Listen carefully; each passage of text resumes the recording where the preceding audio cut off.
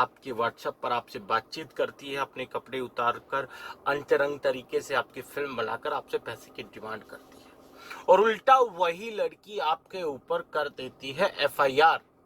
और उसी एफआईआर की कॉपी आज हमारे पास है, जो एफआईआर हमारे एक पीड़ित भाई ने हमारे पास भेजी है।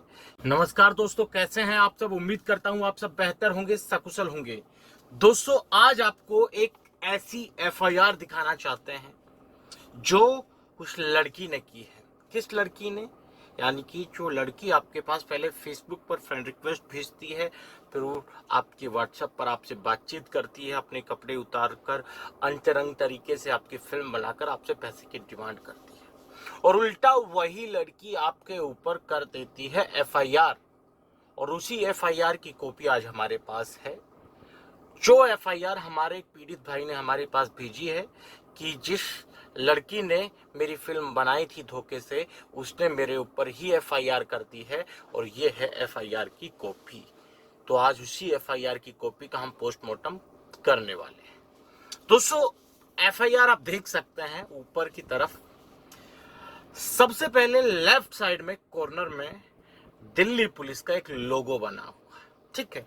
राइट साइड के कॉर्नर में लिखा है साइबर क्राइम, और नीचे सेंटर लिखा हुआ है।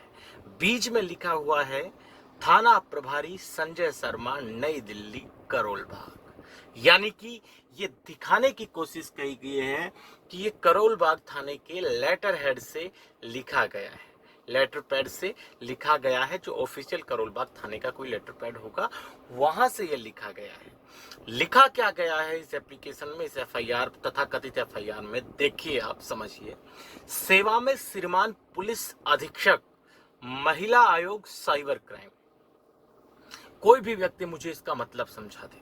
आप पत्र लिखेंगे तो एक बार में सेवा में श्रीमान तो किसी एक को ही कहेंगे ना। हाँ, आप कॉपी संलग्न नीचे कर सकते हैं, कॉपी टू फलाना, कॉपी टू फलाना, कॉपी टू फलाना, बट यहाँ तो एक ही लिखेंगे ना। बट बंधु ने लिखा है, कोई एड्रेस नहीं। इसमें सेवा में श्रीमान पुलिस अधीक्षक। अब पुलिस अधीक्षक कौन होता है? पुलिस कमिश्नर, पुलिस अधीक्षक। महिला आयोग, साइबर क्राइम, क्योंकि होना क्या था? सेवा में श्रीमान पुलिस अधीक्षक, नई दिल्ली। अब सेवा में श्रीमान पुलिस अधीक्षक, दिल्ली पुलिस हेडक्वार्टर, इस तरह से। बट इसमें लिखा है सेवा में श्रीमान पुलिस अधीक्षक, महिला आयोग, साइबर क्राइम। मतलब तीन तीन विभाग, तीन तीन अलग अलग जो पद हैं, अलग अलग जो नाम है, अलग अलग जो डिपार्टमेंट है, उनको सेवा में श्रीमान के साथ जोड़ दिया। ठीक, मतलब ये चीजें सिर्फ आपके जहन में ज्यादा से ज्यादा डर कैसे पैदा किया जाए, ऐसा क्या आपके पास भेजा जाए जिसे देखकर आप डर जाएं।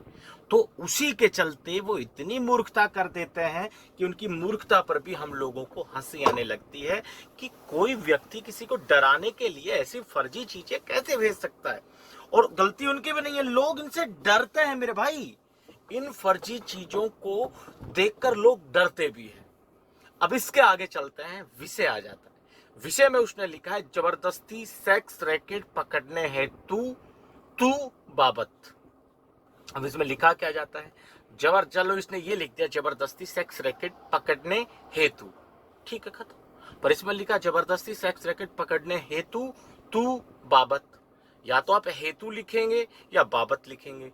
फला काम करने हेतु, फला काम करने बाबत, पर इसमें हेतु तू बाबत, ठीक है। और नीचे बकायदा, और उसके नीचे पुलिस अधीक्षक के साइन भी हैं।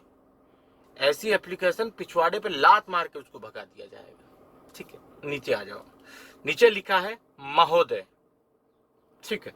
महोदय के बाद सेवा में श्रीमान। अब महोदय हो गया तो उसमें सेवा में श्रीमान कहां से आ जाएगा? अब यहां तो आपने सम्मान उसको पहले ही दे दिया ना, महोदय बोलकर। महोदय से आप कोई निवेदन करते, वो निवेदन आगे लिखते। अब यहां लिखा महोदय सेवा में श्रीमान पुलिस अधीक्षक से निवेदन है कि रात 10 बजे,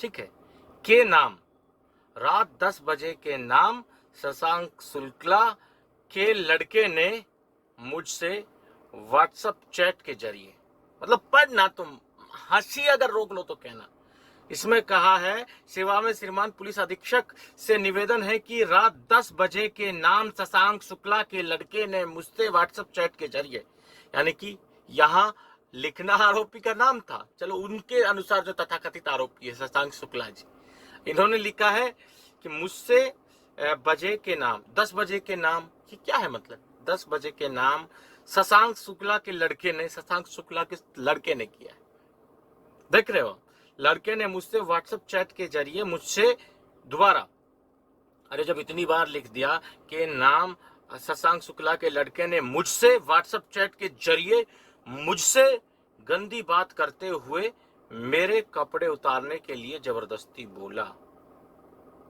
भाई ठीक है, अरे यार जब जबरदस्ती कोई कैसे बोल सकता है व्हाट्सएप चैट के जरिए बातचीत करते हुए?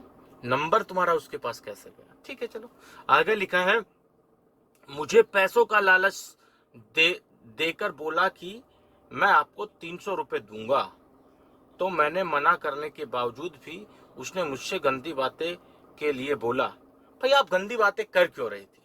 ब्लॉक कर देती, कहाँ दिक्कत है?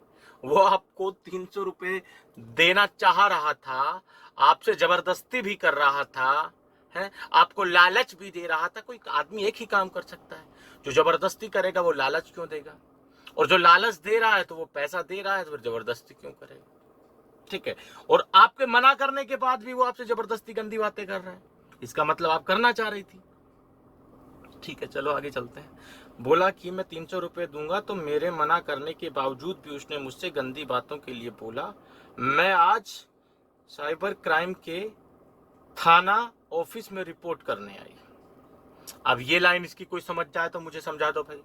मैं आज साइबर क्राइम के थाना ऑफिस में रिपोर्ट करने आई। अरे या तो साइबर क्राइम ऑफिस होता, या फिर साइबर क्राइम थाना होता, या फिर आप लिखते मैं आज साइबर क्राइम थाना ऑब्लिक ऑफिस। इसमें लिख दिया मैं आज साइबर क्राइम के थाना ऑफिस में रिपोर्ट करने आई हूं, जिसका मोबाइल नंबर ये है। ये लिखने के बाद उस व्यक्ति का, यानी कि जिसे जो खुद पीड़ित है, जिससे पैसा वसूलना चाहते हैं, उनका मोबाइल नंबर बकायदा इसमें लिखा हुआ है। हमने उनकी प्राइवेसी के चलते उसको पेंट कर दिया है। उसका नंबर, जिसका मोबाइल नंबर यह है, अतः इसे जल्द से जल्द गिरफ्तार किया जाए। ठीक है, और धन्यवाद नीचे लिखा है, आपकी आज्ञाकारी। स्कूल की मैडम को लिख रहे हो, प्रिंसिपल को लिख रहे हो, टीचर को लिख रहे हो तुम लेटर है। धन्यवाद आपकी आज्ञाकारी, नाम खाली छोड़ दिया, साइन और मोहर पता नहीं कहां से उठा के पेस्ट कर दी। ये दिखाने की कोशिश कैसे, मतलब क्या है कि जब आप किसी चीज को, ठीक है आपने कोई पेंटिंग की, जब उसे आप ज्यादा सजाने लग जाते हैं, ज्यादा कलर वगैरह, तो वो बिगड़ जाता है। जो उसका मूल अस्तित्व होता है वो उससे भी अलग चला जाता है, उस स्थिति में भी वो नहीं रहती है, तो देखते ही पहचान में आ जाती है। ऐसा ही हाल इन लोगों का है कुछ, बट ये लोग अपने आप को समझदार समझते हैं और ये समझदार बन भी जाते हैं। और देखिए इतनी मूर्खता भरे एफआईआर की कॉपी से लोग डर भी जाते हैं, डर के इन सामने इनके सरेंडर भी कर देते हैं। तो ये किसके लिए शर्म की बात है? ये उस व्यक्ति के लिए शर्म की बात है जिसके पास इस तरह का एफआईआर का कॉपी भेजा जाता है, और वो उस कॉपी को देखकर दूसरे के पास भेजकर यह वेरीफाई करने की कोशिश करता है कि यह सही है या गलत है। अरे अंधा, अनपढ़, जाहिल आदमी देखकर बता देगा इसको कि सही है या गलत है। आप डर जाते हैं इससे। इसको, ये कॉमेडी से ज्यादा कुछ नहीं है। इसको देखकर आपको सिर्फ हंसी आ सकती है, इसके अलावा और कुछ ज्यादा कुछ नहीं हो सकता, सिर्फ हंसी आ सकती है इससे। तो दोस्तों डरने की कोई जरूरत नहीं है। अगर आपके पास भी इस तरह का कोई लेटर आता है एफआईआर के रूप में, तो उसके सामने ये वीडियो भेज दीजिएगा। उम्मीद करता हूं कि आज जो बताने की मैंने कोशिश की वो आपको समझ आया हो। आज के इस वीडियो में इतना ही। जल्द मिलते हैं नया वीडियो लेकर, नई जानकारी के साथ। दोस्तों रखिए तब तक अपना ख्याल। जय भीम, जय हिंद की सेना साथियों।